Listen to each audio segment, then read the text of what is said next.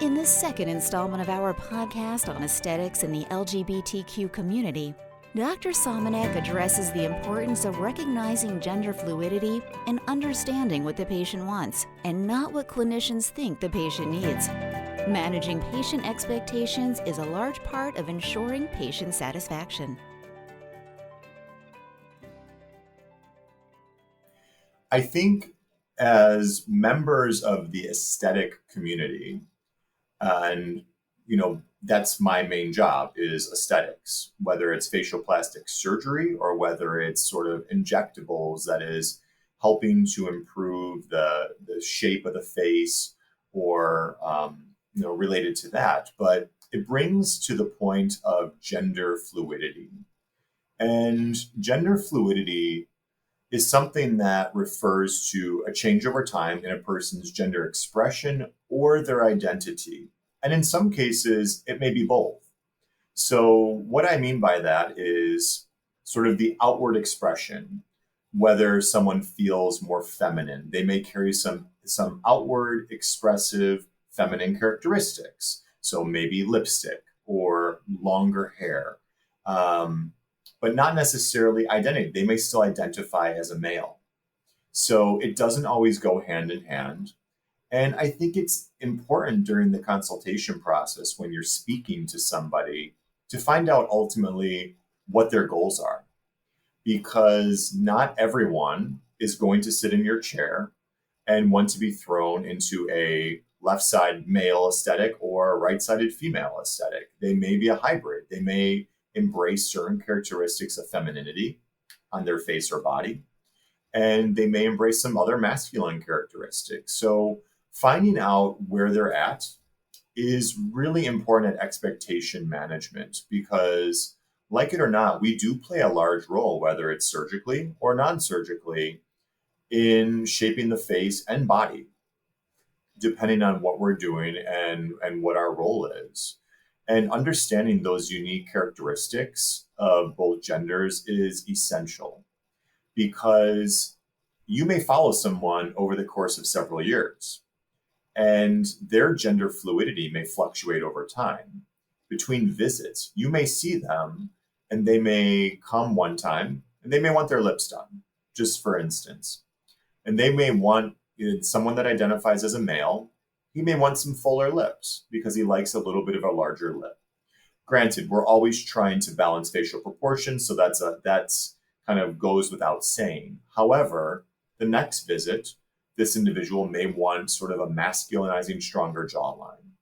And expectation management is really huge when it comes to this because you really want to understand what they are looking for, not what you think they should be getting done.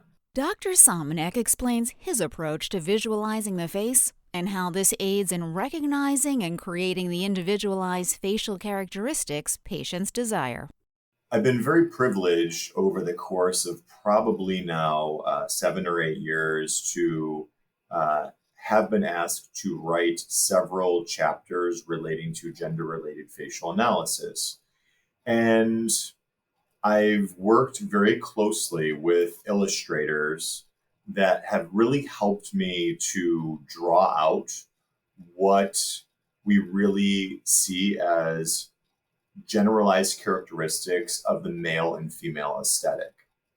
And so what I do sort of subconsciously now, just because all I do is work on the face and I'm sort of scanning the face anyway, and I have such an inherent understanding of this, but I do understand that for people that really don't deal with this on a daily basis is breaking the face down into thirds, which is not unusual when we talk about facial analysis, facial proportions, etc. But I broke it down into thirds to just because I like to compartmentalize things in life in general. And I think that really helps me understand and clearly delineate certain areas of the face. So, for instance, understanding masculinizing, feminizing characteristics, starting in the upper third, there's some really key characteristics that do set males and females apart. I think one of the main things is the supraorbital bossing, that sort of fullness that males typically have right above their brow, which gives a little bit of like a heavier brow appearance and usually gives a little bit of a heavier upper eyelid appearance. And what you don't see in females is that fullness there. You see a much flatter contour, which gives them a smoother, more convex contour to their forehead. And their brows sit very differently in that area of the face because of that. But it also, the lateral brow in females is a little bit more elevated. It's tapered laterally. And that's a very feminizing type of characteristic. I really think that comes into play, quite honestly, when we're talking about doing neuromodulators around the eyes, because females can tolerate higher doses, in my opinion, of neuromodulators around the eyes. Because if you fully get rid of the crow's feet, what do you do with that orbicularis muscle? You're really freeing it up. And so what is that going to do to the brow? Because the orbicularis is the main depressor of the brow. It's going to lift that brow a little bit and it's going to open their eyes. Now, you don't necessarily want that in your male patients because a flatter, heavier brow is a little bit more of a masculinizing and, quite frankly, a sexier characteristic in a male face, because that's going to give them a little bit of a heavier upper eyelid, a little fuller, we'll call it, because it's not always just heavy. It's not so much skin, it's just the fullness to that region. So I think those are the main differentiators, if you will, in the upper third of the face. When we go to the middle third of the face, I think this is so key when you're looking at before and afters of someone that may want to feminize, masculinize, etc., because it's all about the cheekbones and that zygomatic prominence. And when you're looking at a face on the frontal view, you can really appreciate in the male face that interzygomatic width is about the same as the mandibular width. So the same width as their jawline and the frontal view, because you don't want cheeks that are really being volumized superior laterally, because that's a very feminizing characteristic. So a larger, fuller cheek that it kind of extends to the temple region tends to be very feminizing and gives that youthful but feminizing V-shaped appearance to the face. So where the zygomatic prominence is in a male is pretty much the same in a female. It's just how we build on it and what we do to the male face. So most males will benefit from a little volume medially to this, with a little bit of augmentation to the zygomatic prominence. Whereas in females, we're really looking to build up superior laterally to feminize them. I see this all the time with patients that come in for the first time to me. I start exploring what their goals are, seeing sort of like where the gender fluidity is. And I see that they've been treated sort of like a puzzle piece. And they've been thrown into this exact sort of template of what someone thought they should have delivered to them, because they learned this in an injectable course over a weekend. And that's what they thought they'd benefit from. But really what it comes down to is, as I said before, the overall aesthetic that they're going for. As we go towards the lower third of the face, I think this is huge for really differentiating a male from a female face, and particularly the jawline. The jawline is really everything for so many reasons. It exudes confidence. So a stronger jawline is capable of being had in both males and females. But it's how we build that jawline and the softness of the angles while maintaining the strength to it that is really going to tell you or give it away that it's a more masculinized or feminizing face. So when you look at sort of the lateral view of a face and you look at that angle, that mandibular angle, all, in the back, males tend to have more of that acute, that 90-degree angle in the back that's very sharp. And in addition to the musculature in the face, the masseter muscles, which may be a little bit larger in them, that gives a little bit more definition. And that is a very masculinizing characteristic. Whereas when you look at a female face, it's a little bit of a softer curve in that mandibular region. So it's a little bit more obtuse, if you will, in terms of how you're building up that jawline or how they may have their jawline in general. And also the chin. The chin can be a very dominating characteristic of the lower face. And in males, particularly on that frontal view, when you're kind of looking at that two-dimensional view of them on the front, they have a much more square chin. So the last thing you want to do is do chin filler on someone that identifies as female. They'd like some feminine characteristics where you're going to give them projection, but give them a square chin because that's going to masculinize their face. And they are not going to like that. So you're going to want to taper their filler, if that's your choice for augmentation, more centrally. So it gives a little bit more augmentation in that manner. All those really come together to create a much more cohesive appearance, depending on what the ultimate goals are for the patient. And I will tell you, when you are able to successfully treat this patient population, I definitely don't take it for granted because they are very grateful that someone is just listening to them. And all too commonly, depending on sort of where they're at in their journey or where they're at in life, they have felt that someone just wasn't listening to them, whether it's family members, professionally, personally, etc. And so to be able to, number one, deliver results that they're satisfied with, but to also just be someone that just sat and listened to them is a real honor a lot of the time. And like I said, I definitely don't take it for granted. The social issues that surround his community of patients are an area of particular interest and concern for Dr. Somenek. Here, he shares with us the specific challenges patients may face and how a clinician can best help them. Dr. Somenek draws from his own experiences and their impact on his evolution as a care provider. In talking about gender affirming care, I would be remiss not to go into the social issues that surround this community, this patient population. And the main social issue that really is fairly well documented is body dysmorphia.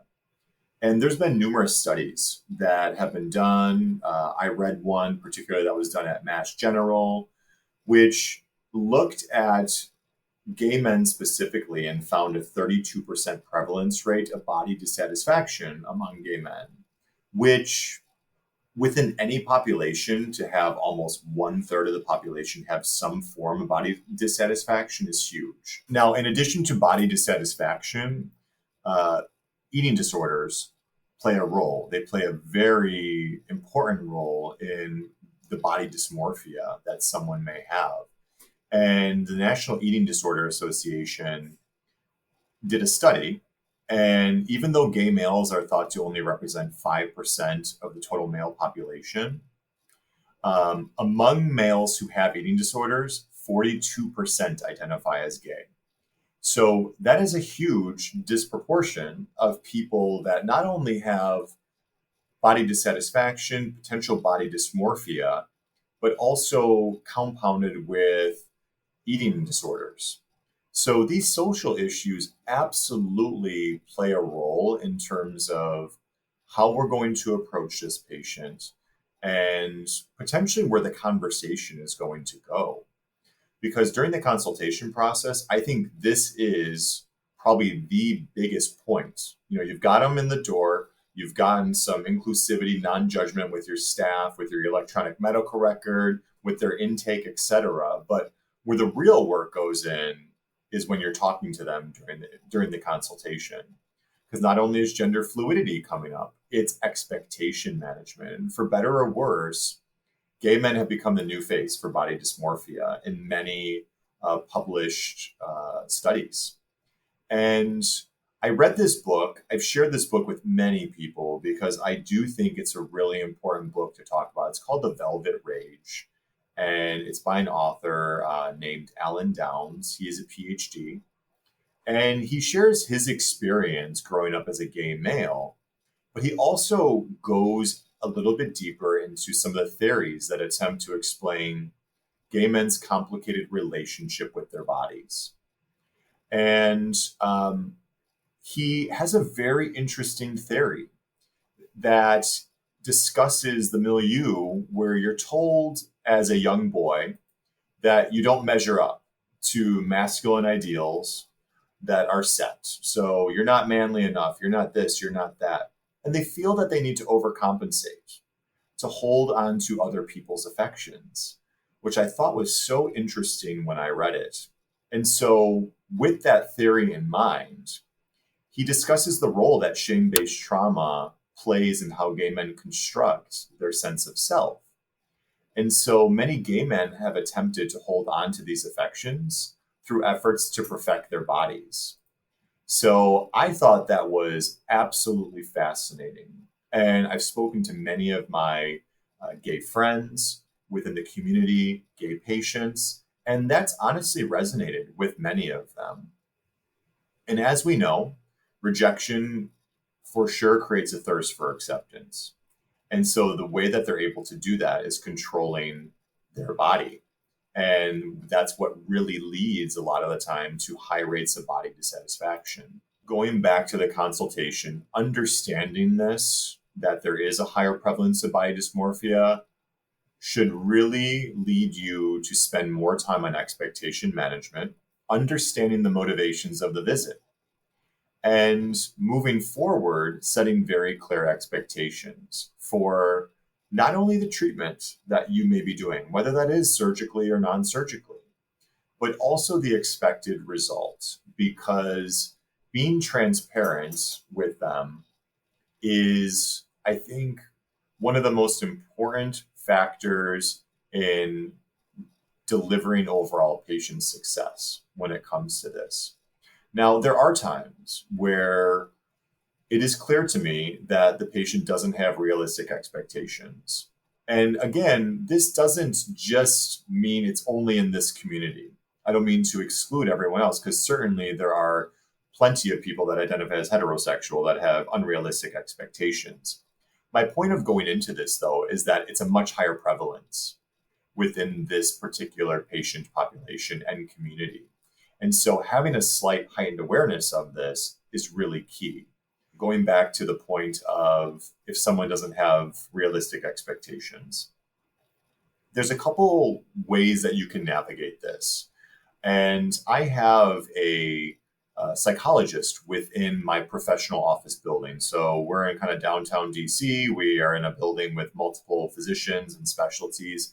And I'm fortunate enough to have somebody within the building that specifically focuses on body dysmorphia. So she is readily available.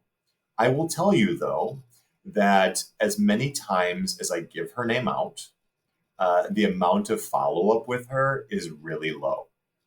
And it has nothing to do with her skill set or her approachability. It has to deal with the fact that many patients, they're just not quite ready to hear it. And that's okay, because ultimately you identifying this as a potential obstacle in delivering some of the best care that you can provide for this patient is ultimately going to save you and your relationship with them. A lot of these people are just in denial, and they'll shop around to find somebody that will give them what they want.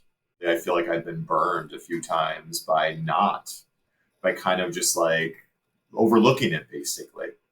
And then ultimately seeing someone having an exaggerated reaction to what was really going on. Just personally within my practice, I've absolutely had an evolution with how I approach and manage expectations. Because I do think early on in my career, even though I've always sort of carried the ideals of inclusivity, non-judgment, and the things that that really has increased the members of the community seeking me out because of that, I have at times not been the greatest about managing expectations, specifically with this patient population and members of this community, because I sort of overlooked the fact that there might be some underlying higher prevalence of body dysmorphia. And I do absolutely see what the statistics show is very similar to what I see in my practice. And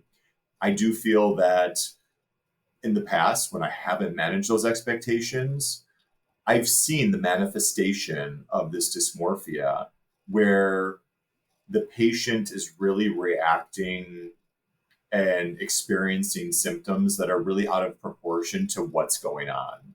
And I think that's a really good indicator that there is something underlying, that this small little thing that they maybe complain about isn't ruining their life, but in their mind it is. And kind of clarifying expectations preoperatively or pre-treatment could have avoided those situations from happening in the first place.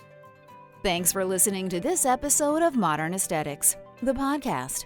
We thank Dr. Michael Somenek for his insights into the unique social issues faced by his LGBTQ patient population and his advice as to how to help his patients achieve the best aesthetic results. You can find future editions at modernaesthetics.com or subscribe wherever you listen to podcasts.